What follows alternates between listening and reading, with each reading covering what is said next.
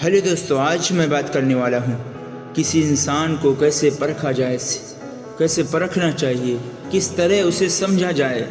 अगर आप इस पॉइंट को समझ लेते हैं, इन बातों को समझ लेते हैं, तो आप इंसान को परखना सीख जाओगे। इंसान कैसा है, इंसान की सोच को समझ जाओगे, इंसान के बिहेवियर को समझ जाओगे। शांत मन से इसे समझिए। किसी के गुण देखना है, किसी के क्वालिटी देखनी है, तो उसके साथ खाना खाओ। खाना खाने से उसके बिहेवियर, उसके गुण का पता चल जाएगा।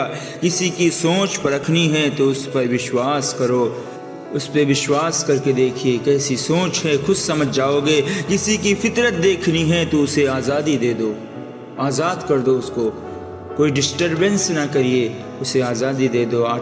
ऑटोमेटिक उसकी फितरत पता चल जाएगी अगर आप उसे आज़ादी दे देते हैं। किसी की नीयत देखनी है तो उसे कर्जा दे दो।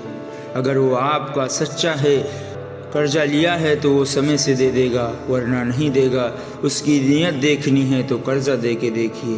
किसी की अच्छाई देखनी है तो उसकी सलाह ले लो, कैसी सलाह देता है आपको पता चल जाएगा। ये पॉजिटिव सलाह देता है या नेगेटिव, खुद पता चल जाएगा कैसी उसकी सोच है, कैसी उसकी सलाह है।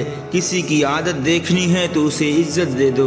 इज्जत दे देंगे तो आपको उसकी ऑटोमेटिक आदत का पता चल जाएगा, कैसा इंसान है, कैसी उसकी आदतें हैं, कैसा उसका बिहेवियर है।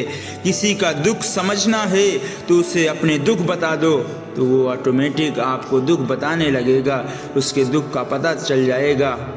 इन बातों से इंसान को परखना सीख जाओगे। इंसान के बिहेवियर का, इंसान के नेचर का, इंसान की क्वालिटी का पता चल जाएगा। इन्हें शांत मन से समझना है, शांत मन से समझकर लाइफ में उतारना है।